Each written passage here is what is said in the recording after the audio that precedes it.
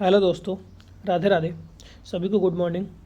तो आइए आज हम लेके आए हैं एक वीडियो जिसमें हम आपके साथ चर्चा करेंगे भारत की नदियों के बारे में, जिसमें ख़ास तौर पे हम आपको आज बताएंगे गंगा नदी तंत्र के बारे में कि गंगा नदी कहाँ से निकलती है, अपना जल कहाँ गिराती है, कहाँ कहाँ से होकर के गुजरती है और इसकी सहायक नदियाँ कौन कौन सी है, और इससे संबंधित सारे तथ्यों को आज हम आपके साथ क्लियर करेंगे। तो आइए देखते हैं। आप लोग समझने का प्रयास कीजिएगा, अगर ध्यान से देखिएगा तो आपको सारे फैक्ट्स यहीं पे याद हो जाएंगे, और ये चाहे आप किसी भी एग्ज़ाम की तैयारी कर रहे हैं तो उसमें ये बहुत ही कारगर साबित होगा। तो आइए हम लोग देखते हैं पहले भारत की नदियाँ। ठीक है, भारत की नदियाँ। तो सबसे पहले फ्रेंड्स, भारत की नदियाँ जो हैं, भारत की नदियों को हम लोग दो भागों में बांट कर पढ़ते हैं। एक हो जाता है हिमालय की नदियाँ, हिमालय की नदी, और दूसरा हो जाता है प्रायद्वीपीय भारत की नदी। प्रायद्वीपीय भारत के बारे में आपको पता होगा कि प्रायद्वीपीय भारत जो भारत का जो है सो सबसे पुराना भूखंड है, सबसे प्राचीनतम भूखंड भारत का प्रायद्वीपीय भारत ही है। जो आपसे पूछा जाता है कि भारत का सबसे प्राचीनतम भूखंड कौन सा है, तो प्रायद्वीपीय भारत ही है, जहाँ से भी बहुत सारी नदियाँ निकलती हैं, जैसे कि गोदावरी, कृष्णा, कावेरी इत्यादि नदियाँ निकलती हैं। और हिमालय की नदियाँ जैसे गंगा, सिंधु, ब्रह्मपुत्र इत्यादि नदियाँ निकलती हैं हिमालय से होकर के। तो ये दो जो है सो, तो ये भारत की नदियों को हम लोग दो भागों में बांट कर पढ़ते हैं। और इससे एक और तथ्य याद रखिएगा कि क्वेश्चन पूछा जाता है आपको कि हिमालय की नदियाँ और प्रायद्वीपीय भारत की नदियों के बीच जल विभाजक का कार्य कौन करता है, तो वो करता है विंध्य पर्वत श्रेणी या विंध्यांचल पर्वत श्रेणी करता है। विंध्यांचल श्रेणी करता है हिमालय की नदी और प्रायद्वीपीय नदी के बीच जल विभाजक के तौर पे कार्य। और एक चीज़ यहाँ से और याद रखिएगा आप, जो कि बिहार के एग्ज़ाम के बारे में पूछा जाता है कि कैमूर, जो हमारे बिहार में जो कैमूर की पहाड़ी है, कैमूर श्रेणी है, कैमूर श्रेणी है, ये कैमूर श्रेणी किसका हिस्सा है, तो कैमूर श्रेणी विंध्यांचल पर्वत श्रेणी का ही विस्तारित रूप है, विस्तारित भाग है जो हमारे बिहार में स्थित है। तो आपसे क्वेश्चन पूछा जा चुका है पहले भी कि कैमूर श्रेणी जो बिहार में स्थित है ये किस पर्वत श्रेणी का विस्तारित रूप है, तो विंध्यांचल पर्वत श्रेणी का विस्तारित रूप है।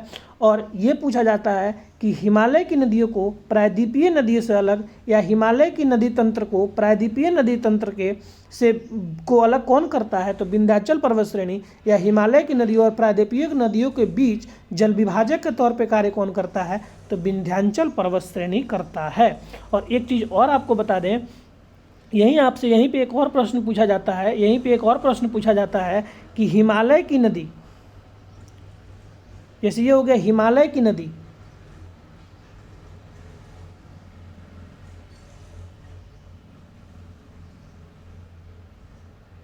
हिमालय की नदी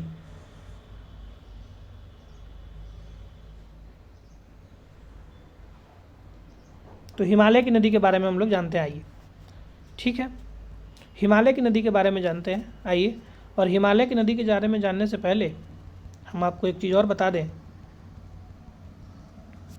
कि एक होता है सिंधु नदी तंत्र। अभी जो मैं आपको बताया था सिंधु नदी तंत्र, हिमालय की नदियों में ही आता है सिंधु नदी तंत्र। क्या? सिंधु नदी तंत्र। और ये है गंगा नदी तंत्र। तो ये भी क्वेश्चन आपसे पूछा जाता है कि सिंधु नदी तंत्र को गंगा नदी तंत्र से कौन अलग करता है, सिंधु नदी तंत्र और गंगा नदी तंत्र के बीच जल विभाजक का कार्य कौन करता है, तो ये कौन करता है, ये अरावली पर्वत श्रेणी। जो अरावली पर्वत श्रेणी अभी काफ़ी चर्चा में रहा था, अरावली पर्वत श्रेणी जो है सो ये गंगा नदी और सिंधु नदी तंत्र के बीच जल विभाजक का कार्य करता है। तो इतना बात आप लोग याद रखिएगा। और आइए हम लोग आते हैं अपने मूल टॉपिक पे, जिस पे हम आज आपके साथ चर्चा करेंगे गंगा नदी तंत्र। गंगा नदी तंत्र, तो गंगा नदी, सबसे पहले आप लोग ये जानिए कि गंगा नदी कहाँ से निकलती है। तो गंगा नदी जो है सो ये एक है भागीरथी नदी जो कि निकलती है उत्तराखंड के गोमुख हिमानी से, और एक है अलकनंदा नदी जो निकलती है संतोपत हिमानी से, और दोनों आकर के देव प्रयाग में मिलती है। और यहीं से दोनों की संयुक्त धारा को गंगा के नाम से जानते हैं। तो एक चीज़ और देखते हैं हम लोग, ये जो देव प्रयाग है इसी प्रकार से 2-3 और प्रयाग है, इसके बारे में आपको बता दे रहे हैं, जो कि एग्ज़ाम में पूछा जाता है। इसके बाद हम लोग जो है सो गंगा नदी तंत्र के बारे में देखेंगे। इसके बाद जो है सो हम लोग गंगा नदी तंत्र के बारे में देखेंगे। तो आइए सबसे पहले हम लोग देख लेते हैं कि देखिए, एक है अलकनंदा नदी, जो मैंने आपको अभी बताया कि ये निकलती है संतोपथ हिमानी से। संतोपथ हिमानी से निकलती है अलकनंदा नदी।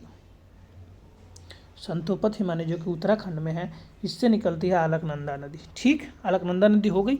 अब इसके बाद आइए, इसके बाद जो है सो अभी मैंने आपको बताया है कि एक है भागीरथी, ठीक है, एक है धौली गंगा, एक है पिंडार, एक है मंदाकिनी और एक है नंदाकिनी। ठीक है, तो ये प्रयाग बनते हैं, 5 प्रयाग बनते हैं जहाँ ये नदियाँ आकर के मिलती हैं अलकनंदा में। ये सारी अलकनंदा की सहायक नदी है। ये मूल नदी जो है सो मूल नदी है, ये लाल वाली, लाल कलर से जो बनाया है, ये मूल नदी है, ये अलकनंदा है। कौन सी नदी है? अलकनंदा है, अलकनंदा है, अलकनंदा है नदी। ठीक है, अलकनंदा नदी है। लेकिन ये जो सारी नदियाँ हैं, जैसे ये हो गई धौली गंगा, धौली गंगा, ये हो गई भागीरथी, ये हो गई मान लीजिए मंदाकिनी, ये हो गई पिंडार और ये हो गई नंदाकिनी। ठीक है, नंदाकिनी। तो ये जो है सो धौली गंगा और अलकनंदा जहाँ मिलती है, इसको कहते हैं विष्णु प्रयाग। विष्णु प्रयाग। भागीरथी और अलकनंदा जहाँ मिलती है, इसको मैंने आपने बताया था देव प्रयाग, जहाँ से गंगा नदी, दोनों की संयुक्त धारा को गंगा कहते हैं, यहीं से गंगा की उत्पत्ति होती है, तो ये देव प्रयाग। ठीक है, उसके बाद मंदाकिनी, ये मंदाकिनी जो है सो ये मिलती है आपके रुद्र प्रयाग में। कहाँ? रुद्र प्रयाग में, रुद्र प्रयाग में। ठीक है, पिंडार जो है सो पिंडार और अलकनंदा नदी कहाँ मिलती है? कर्ण प्रयाग में। कहाँ मिलती है? कर्ण प्रयाग में। और नंदाकिनी और अलकनंदा नदी जहाँ मिलती है, इसे कहते हैं नंद प्रयाग। क्या कहते हैं? नंद प्रयाग, नंद प्रयाग कहते हैं। तो 5 प्रयाग है। इसको आइए हम एक साथ लिख करके आपको बता देंगे और आप स्क्रीनशॉट ले लीजिएगा, और ये क्वेश्चन पूछा जाता है, इसको ध्यान में रखिएगा। तो आइए हम अगले स्लाइड में इसको अच्छे से लिख देते हैं और आप लोग देख लीजिए, याद भी रखिएगा इसको। ठीक है, तो पहले देखिए, सबसे पहले तो अलकनंदा नदी, अलकनंदा। ठीक है, अलकनंदा हो गया। तो ये अलकनंदा यहाँ तक आइए, 5 हो गया। अब इसमें जोड़ेंगे हम। ठीक है, इसमें सारी नदियाँ आके मिलेंगी और प्रयाग बनेगा। तो अलकनंदा में जब मिलेगी धौली गंगा, अलकनंदा में जब मिलेगी धौली गंगा, तो मैंने आपको बताया था, चलिए एक साथ कर देते हैं। ये हो गया मंदाकिनी, मंदाकिनी, ये ले लीजिए नंदाकिनी, ये ले लीजिए भागीरथी, ये ले लीजिए पिंडार, हो गया। धौली गंगा हो गया, मंदाकिनी, धौली गंगा हो गया, मंदाकिनी हो गया, नंदाकिनी हो गया और पिंडार हो गया। 5 तो हो ही गया। आइए अब देखते हैं। तो अलकनंदा और धौली गंगा, ये मैंने आपको बताया था विष्णु प्रयाग, ये होगा विष्णु प्रयाग में। कहाँ? विष्णु प्रयाग में। अलकनंदा और मंदाकिनी, ये होगा, मैंने आपको बताया था रुद्र प्रयाग। कहाँ? रुद्र प्रयाग में। ठीक है, उसके बाद बताया था नंदाकिनी, ये हो जाएगा आपको नंद प्रयाग। अलकनंदा और नंदाकिनी नंद प्रयाग। अलकनंदा और भागीरथी, ये तो मैंने आपको बताया था, जहाँ से गंगा, ये दोनों की धारा जो है सो गंगा बनती है। अलकनंदा और भागीरथी, ये बताया था मैंने आपको देव प्रयाग। कहाँ? देव प्रयाग। ठीक है, और एक और है अलकनंदा और पिंडार। तो अलकनंदा और पिंडार जो है सो ये मिलती है कहाँ? कर्ण प्रयाग में। कर्ण प्रयाग में। ये 5 बहुत ही इंपॉर्टेंट फैक्ट है, 5 बहुत ही इंपॉर्टेंट है और ये आपको पूछा जाता है, तो इसको याद रखने का प्रयास कीजिएगा। चलिए एक बार हम आपको याद भी करवा देते हैं, इसको याद रखिएगा अच्छे से। अलकनंदा और धौली गंगा क्या कहलाती है? अलकनंदा और धौली गंगा का जो मिलन बिंदु है वो क्या कहलाता है? विष्णु प्रयाग। अलकनंदा और मंदाकिनी का रुद्र प्रयाग, अलकनंदा और नंदाकिनी का नंद प्रयाग, अलकनंदा और भागीरथी का देव प्रयाग और अलकनंदा और पिंडार का कर्ण प्रयाग जो है। तो ये 5 प्रयाग को आप याद रखने का प्रयास कीजिएगा, बहुत ही महत्वपूर्ण हो जाता है ये। तो चलिए अब आते हैं गंगा नदी तंत्र पे। ठीक है, अब यहाँ से हम लोग देखेंगे गंगा नदी तंत्र। ठीक है, तो मैंने आपको ये बताया था कि भागीरथी, ये हो गई भागीरथी और ये हो गई अलकनंदा, ठीक है। ये हो गया देवप्रयाग, देवप्रयाग हो गया। ये जो मैंने आपको बताया था कि ये निकलती है गोमुख हिमानी से, कहाँ से? गोमुख हिमानी से, ठीक है। और ये निकलती है संतोपथ हिमानी से, संतोपथ हिमानी से निकलती है, ठीक है। और ये हो गई अलकनंदा, ये तो मैंने अभी आपको बताया था कि ये हो गई अलकनंदा और ये हो गई नदी भागीरथी, ये हो गई भागीरथी और ये हो गया हमारा देवप्रयाग, क्या हो गया? देवप्रयाग, ठीक है। और यहीं से निकलती है ये जो है सो हमारी गंगा नदी, ठीक है। गंगा नदी यहीं से निकलती है, उत्तराखंड से बहते हुए, उत्तर प्रदेश से होते हुए, बिहार से होते हुए, ये अपना पश्चिम बंगाल से होते हुए मध्य प्रदेश, वो बंगाल की खाड़ी में अपना जो है सो जल गिरा देती है, ठीक है। अब यहाँ से शुरू होता है गंगा नदी तंत्र, ठीक है, गंगा नदी तंत्र। अब गंगा नदी उत्तराखंड से होके यूपी में प्रवेश कहाँ से करती है? बिजनौर जिला से, यूपी में प्रवेश करती है ये बिजनौर से, ठीक है। यूपी में प्रवेश करती है बिजनौर से और यूपी में निकल जाती है कहाँ से? बलिया से, यूपी में निकल जाती है बलिया से। और जब बिहार में प्रवेश करती है, बिहार में प्रवेश करती है ये बक्सर से और निकल जाती है कहाँ से? कटिहार से, बिहार में निकल जाती है कटिहार से। यूपी का टोटल 28 जिला से और बिहार का टोटल 12 जिला से होकर के गंगा नदी गुजरती है और पश्चिम झारखंड के साथ सीमा बनाती है, झारखंड के साथ गुजरती नहीं है, झारखंड के साथ सीमा बनाती हुई और ये अपना पश्चिम बंगाल में प्रवेश करती है और पश्चिम बंगाल से निकल के और ये अपना बंगाल की खाड़ी में अपना जल गिराती है और पश्चिम बंगाल में ये 2 भागों में बढ़ जाती है। पश्चिम बंगाल में गंगा नदी जो है सो 2 भागों में बढ़ जाती है और एक को हुगली कहते हैं और एक जो इधर बांग्लादेश में प्रवेश कर जाती है इसे भागीरथी कहते हैं। क्या कहते हैं? भागीरथी। तो गंगा नदी को भागीरथी के नाम से 2 स्थानों पे जाना जाता है। ये भी क्वेश्चन पूछता है कि गंगा नदी को भागीरथी के नाम से कहाँ कहाँ जाना जाता है? तो एक तो उत्तराखंड में और दूसरा जो है सो पश्चिम बंगाल में। कहाँ? दूसरा पश्चिम बंगाल में। और ये गंगा नदी जो है सो ये भागीरथी बन के पश्चिम बंगाल से निकलती है और इसे बांग्लादेश में क्या पद्मा के नाम से जानते हैं? क्या नाम से? पद्मा नाम से जानते हैं बांग्लादेश में। लेकिन ये अपना जल जो बंगाल की खाड़ी में गिराती है ये मेघना के नाम से गिराती है। और मेघना नदी जो है सो ये गंगा नदी और ब्रह्मपुत्र नदी की संयुक्त धारा जब एक साथ मिलती है तो इसी को मेघना के नाम से जानते हैं। तो आइए एक बार इसको रिकॉल करते हैं फिर आगे बढ़ेंगे।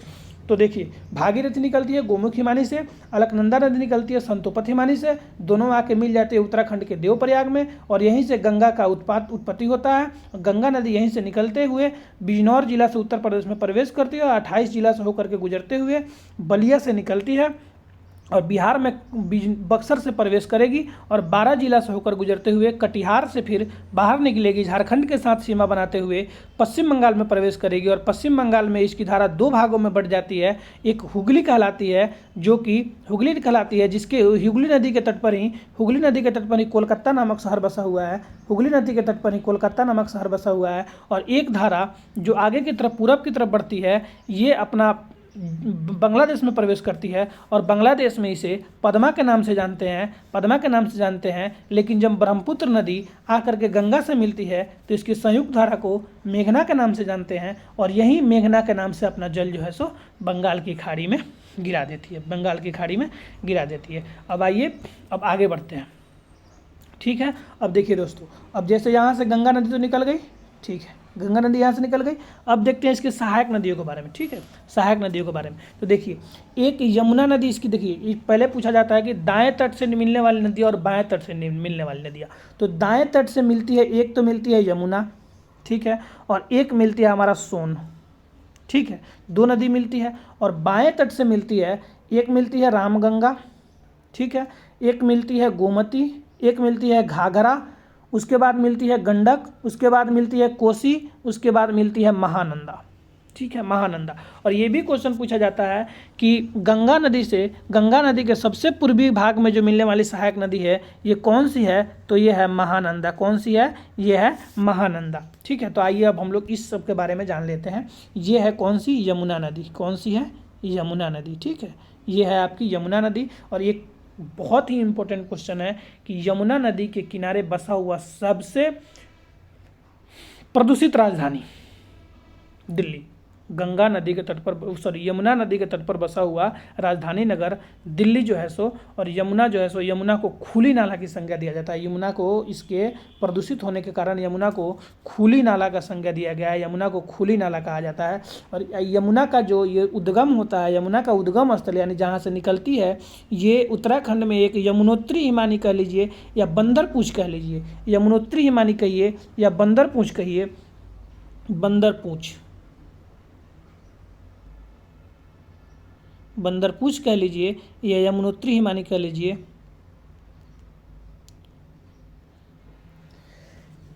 यमुनोत्री हिमानी कह लीजिए। तो यमुना नदी जो है सो ये बंदर पूंछ या यमुनोत्री हिमानी से निकलती है और ये गंगा नदी से आकर के मिल जाती है कहाँ, प्रयागराज में। गंगा नदी से आकर के मिल जाती है प्रयागराज में, प्रयागराज में, जहाँ पे महाकुंभ लगता है। कहाँ, प्रयागराज में गंगा नदी से आकर के मिल जाती है यमुना नदी। और यमुना नदी की भी 2-4 सहायक नदियाँ हैं, जिसमें एक आ जाता है केन, एक आ जाएगा बेतवा, एक आ जाएगा चंबल और एक आ जाएगा सिंध।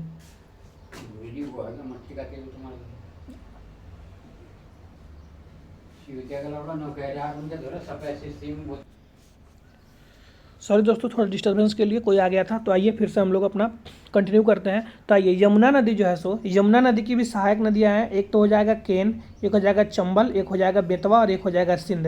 तो इसको हम लोग बाद में देखेंगे, यमुना नदी के जब बारे में पढ़ेंगे तो उसमें देखेंगे। लेकिन ये फिलहाल आइए कि यमुना नदी आकर के कहाँ मिलती है गंगा से, प्रयागराज में। कहाँ मिलती है, प्रयागराज में। ठीक है, निकलती कहाँ से है, बंदरपूछ हिमानी से निकलती है, यमुनोत्री हिमानी से निकलती है और मिलती है प्रयागराज में आकर के। और ये जो हमारा ये जो है सोन नदी, ये कहाँ से निकलती है, तो ये निकलती है अमरकंटक की पहाड़ी से। अमरकंटक की पहाड़ी से निकलती है सोन नदी, और सोन नदी आकर के दानापुर में जो है सो गंगा से मिल जाती है। दानापुर के समीप जो है सो गंगा में मिल जाती है। दानापुर के समीप जो है सो गंगा में मिल जाती है। अब आइए, अब जो बाएं तट से नदियाँ मिलती है उनके बारे में जान लेते हैं। बाएं तट से जो मिलती है, ये हो गई रामगंगा, ये हो गई रामगंगा नदी। ठीक है, रामगंगा नदी। रामगंगा नदी कहाँ से निकलती है, गढ़वाल पहाड़ी से। आप लोग जानते होंगे गढ़वाल पहाड़ी कहाँ है, उत्तराखंड में स्थित है गढ़वाल पहाड़ी रामगंगा नदी। और ये जो रामगंगा नदी है, ये जो भारत का जो सबसे पहला राष्ट्रीय उद्यान जिम कॉर्बेट राष्ट्रीय उद्यान है, वहाँ से होकर के गुजरती है। जिम कॉर्बेट राष्ट्रीय उद्यान से होकर के रामगंगा नदी गुजरती है।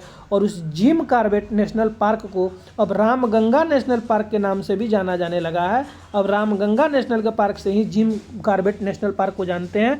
ये आप लोग जानते होंगे कि जिम कॉर्बेट नेशनल पार्क का नया नाम जो है सो ये रामगंगा नेशनल पार्क है, और उसका पुराना नाम जो है सो वो हैली नेशनल पार्क था। क्या था, हैली नेशनल पार्क था। तो ये आप लोग नोट करते चलिएगा कि जिम कॉर्बेट राष्ट्रीय उद्यान ये भारत का पहला राष्ट्रीय उद्यान है, जिसे पहले हैली नेशनल पार्क के नाम से जानते थे, और अब नया नाम उसका रामगंगा नेशनल पार्क हो गया है, जहाँ से होकर के रामगंगा नदी गुजरती है। और रामगंगा नदी गढ़वाल पहाड़ी से निकलती है, जो कि गंगा की एक बाएं तट से मिलने वाली सहायक नदी है।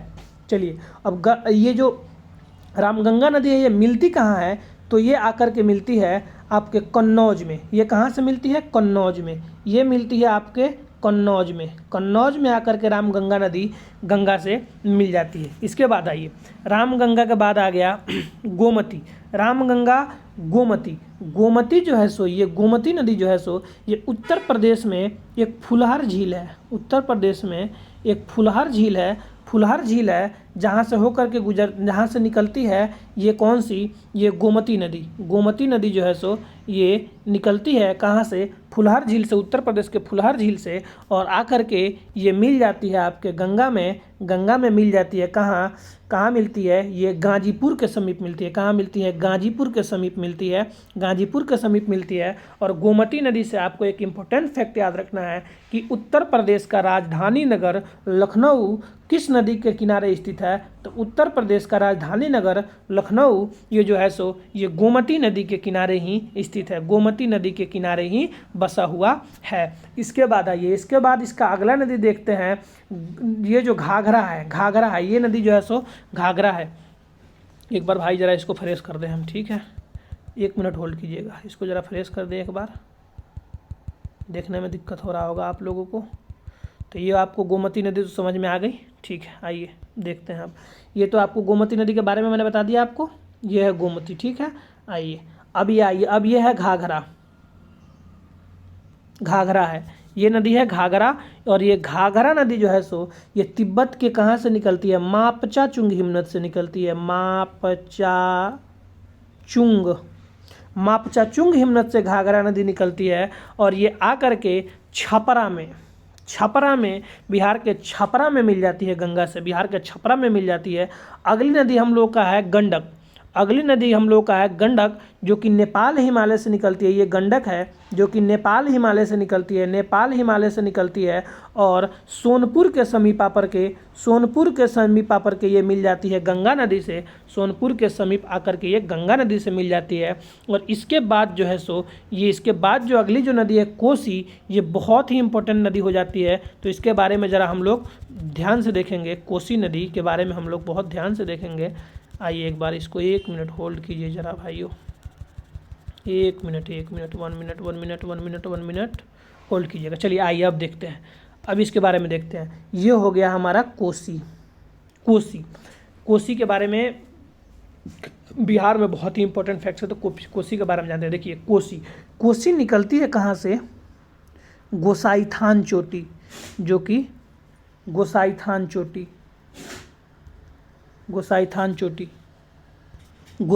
चोटी से निकलती है। कहाँ से निकलती है, गोसाईथान एक चोटी पर्वत श्रेणी है जिससे निकलती है कोसी नदी। और ये आकर के बिहार में कहाँ मिलती है, कटिहार में मिल जाती है। कहाँ मिलती है, गंगा से कटिहार में, गंगा से मिल जाती है, कटिहार में गंगा से मिल जाती है।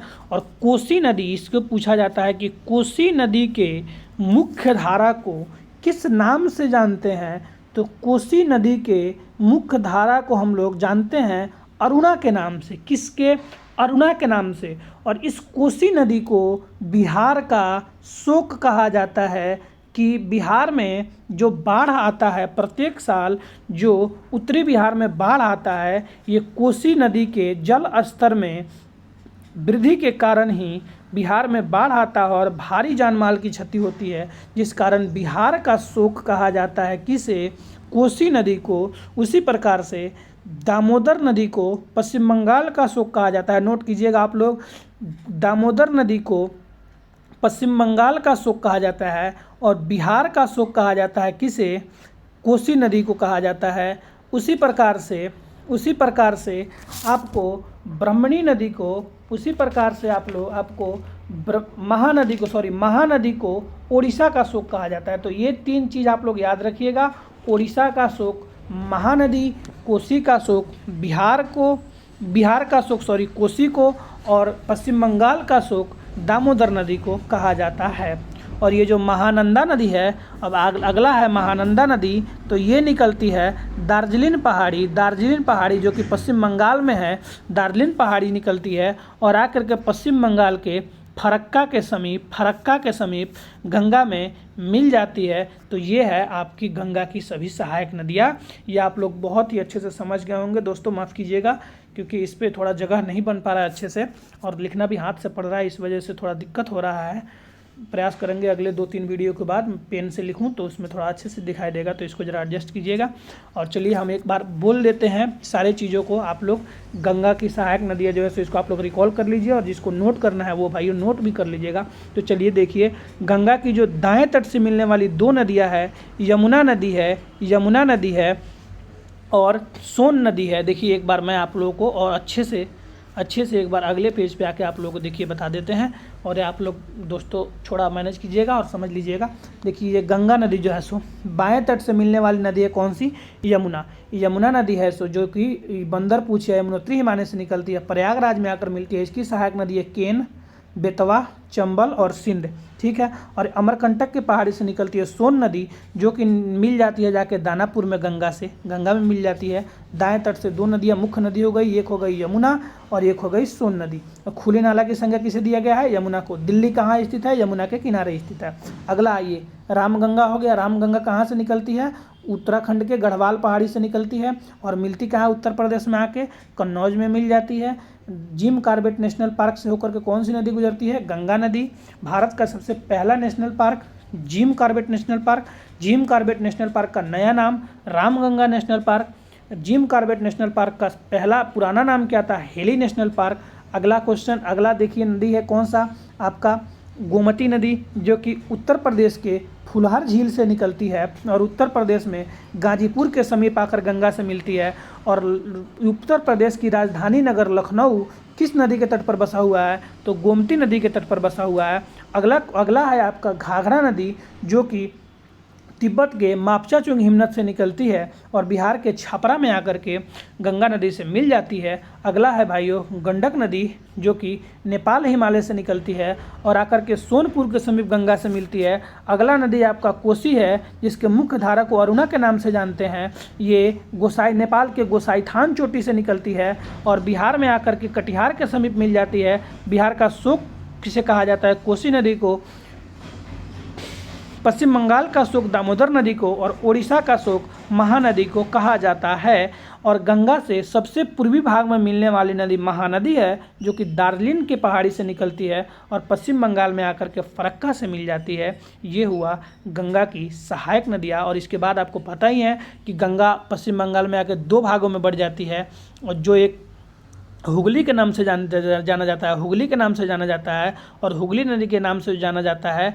इसे हुगली के नाम से जाना जाता है। इसके हुगली के तट पर ही कोलकाता नाम शहर बसा हुआ है। पश्चिम बंगाल की राजधानी नगर कोलकाता हुगली के तट पर ही बसा हुआ है और इसी नदी पर हावड़ा ब्रिज स्थित है। हुगली नदी पर ही कौन सा ब्रिज स्थित है, हावड़ा ब्रिज स्थित है। और गंगा नदी जो पश्चिम बंगाल में जाती है उसे पद्मा के नाम से जानते हैं। और जब ब्रह्मपुत्र नदी जब गंगा से मिलती है तो दोनों की संयुक्त धारा को मेघना के नाम से जानते हैं और मेघना के नाम से ही ये अपना जल बंगाल की खाड़ी में गिराती है। और एक बहुत ही इंपॉर्टेंट फैक्ट और एक और याद रखिएगा आप लोग कि ये जो ब्रह्मपुत्र और गंगा नदी की जो संयुक्त धारा है, ये सबसे बड़े डेल्टा सुंदरवन के डेल्टा का निर्माण करती है।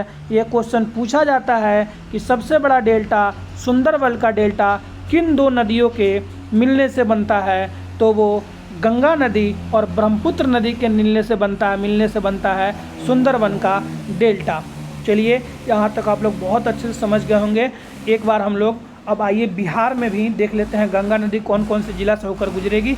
इसके बाद वीडियो को रोक देंगे, ठीक है। आइए दोस्तों, चलिए देखते हैं। अब ये बिहार हो गया, ठीक है। देख लीजिए, मान लीजिए बिहार का बना रहे हैं, मानचित्र बना रहे हैं। इस पर गौर नहीं कीजिएगा, मानचित्र हमें बनाने अच्छे से आता नहीं है भाई मेरे, तो ज़रा सा मैनेज कीजिएगा। चलिए ये मान लीजिए बिहार हो गया, ठीक है। ये हो गया बिहार, है बिहार की तरह दिख रहा है। चलिए कोई बात नहीं, बिहार हो गया ये हमारा, ठीक है। बिहार हो गया। अब गंगा नदी इधर से गुजरेगी, निकलेगी और ऐसे होते हुए इधर से निकल लेगी, ठीक है। तो मैंने आपको बताया था ना कि ये घुसती कहाँ से है, बक्सर से। टोटल 12 जिला से होकर गुजरती है। तो प्रवेश कहाँ से करेगी, बक्सर से। बक्सर के बाद भोजपुर, भोजपुर मतलब आरा हो गया। इसके बाद आरा के बाद हो गया सारण, सॉरी इसको थोड़ा सा पतला कर लें, और ये लीजिए सारण, पतला कहाँ हुआ भाई मेरे, सारण जिसे छपरा कहते हैं, सारण छपरा। तो हो गया बक्सर, भोजपुर, सारण। इसके बाद आएगा पटना, पटना के बाद हाँ, और एक और याद रखिएगा कि पटना जो है सो ये गंगा नदी के तट पर ही बसा हुआ है। ये क्वेश्चन आपसे पूछा जाता है कि बिहार की राजधानी नगर पटना किस नदी के किनारे है, तो गंगा नदी के किनारे है। गंगा नदी के किनारे बसा हुआ सबसे बड़ा शहर कानपुर, ये भी याद रखिएगा कि गंगा नदी के किनारे बसा हुआ सबसे बड़ा शहर है कानपुर। उत्तर प्रदेश की राजधानी नगर लखनऊ किस नदी के किनारे बसा है, गोमती के किनारे। और भारत की राजधानी नगर दिल्ली किसके किनारे बसा हुआ है, यमुना के किनारे। आगे आइए, तो बक्सर हो गया, भोजपुर हो गया, सारण हो गया, पटना हो गया। पटना के बाद आ जाएगा वैशाली, जिसको आज हाजीपुर कहते हैं, वैशाली। वैशाली के बाद हो जाएगा समस्तीपुर, समस्तीपुर के बाद हो जाएगा बेगूसराय, बेगूसराय के बाद हो जाएगा लखीसराय, लखीसराय के बाद हो जाएगा मुंगेर, मुंगेर के बाद खगड़िया, खगड़िया के बाद भागलपुर, भागलपुर के बाद कटिहार से होकर के गंगा नदी निकल जाती है। हमारे बिहार से 12 जिला से होकर के गुजर जाती है। तो आइए एक बार हम अब जिला भी लिख देते हैं, आप लोग स्क्रीनशॉट ले लीजिएगा मेरे भाई, और इसको याद रखिएगा। बिहार के एग्ज़ाम के संदर्भ में ये सारे क्वेश्चन आपसे पूछे जाते हैं। तो 1 नंबर में हो गया बक्सर, 2 नंबर में हो गया भोजपुर, आप लोग जानते हैं आरा के नाम से, 3 नंबर में हो गया सारण, 4 नंबर में हो गया पटना, 5 नंबर में हो गया वैशाली, 6 नंबर में हो गया समस्तीपुर, जहाँ से हमारे वैभव सूर्यवंशी हैं, समस्तीपुर। 7 नंबर में हो गया बेगूसराय, 8 नंबर में हो गया लखीसराय, 9 नंबर में हो गया मुंगेर, 10 नंबर में हो गया खगड़िया। उसके बाद 11 नंबर में हो गया भागलपुर, ठीक है, और 12 नंबर में हो गया कटिहार। तो इतना बात आप लोग ज़रूर से ज़रूर याद रखें गंगा नदी तंत्र के बारे में। तो चलिए आज के वीडियो को हम लोग यहीं समाप्त करते हैं मेरे भाइयों, और गंगा नदी के बारे में आशा करते हैं कि आप लोगों को सभी फैक्ट्स याद हो गए होंगे। तो अगर इसी तरह से जैसे आज गंगा नदी बता दिया, किसी दिन एक लेके आऊँगा एक वीडियो जिसमें सिंधु नदी तंत्र के बताएंगे, उसके बाद किसी दिन ब्रह्मपुत्र नदी तंत्र के बारे में बता देंगे, उसके बाद किसी दिन फिर प्रायद्वीपीय भारत की जो नदियाँ हैं, गोदावरी हो गई, कृष्णा हो गई, चलिए एक बार वो भी बक देते हैं। चलिए प्रायद्वीपीय भारत में कौन कौन सी नदी आती है एक बार याद कर लीजिएगा कि प्रायद्वीपीय भारत की नदियों को उत्तर से दक्षिण में सजा है। तो सबसे पहले स्वर्णरेखा नदी, दामोदर नदी तो खैर छोटा नागपुर के पठार से निकलती है। तो चलिए दामोदर नदी, स्वर्णरेखा नदी, ब्रह्मणी नदी, महानदी, गोदावरी, कृष्णा, पेन्नार, पल्लार, कावेरी, वैगई, ये आपकी हो गई प्रायद्वीपीय भारत की नदियाँ। और प्रायद्वीपीय भारत की नदियाँ ये हो गई सारी। और एक चीज़ बहुत नोट कीजिएगा आप लोग कि एक चीज़ बहुत ही मतलब फेमस क्वेश्चन है जो कि पूछा जाता है कि भारत के मुख्य भूमि की सबसे दक्षिणी नदी, महत्वपूर्ण नदी कौन सी है, उसका नाम है वैगई। कौन सी है? वैगई है। और इसी पे एक और याद रखिएगा कि भारत के सबसे दक्षिणतम पर्वत कौन सा है, महत्वपूर्ण, जो कि भारत का सबसे दक्षिणतम मुख्य पर्वत कौन सा है, वो है कार्डमम की पहाड़ी या इलायची की पहाड़ी, जो कि केरल में स्थित है। और भारत के सबसे दक्षिणतम नदी कौन सी है? वैगई नदी, जो कि तमिलनाडु में स्थित है, जो वर्षनाडु पहाड़ी से निकलती है, वैगई नदी।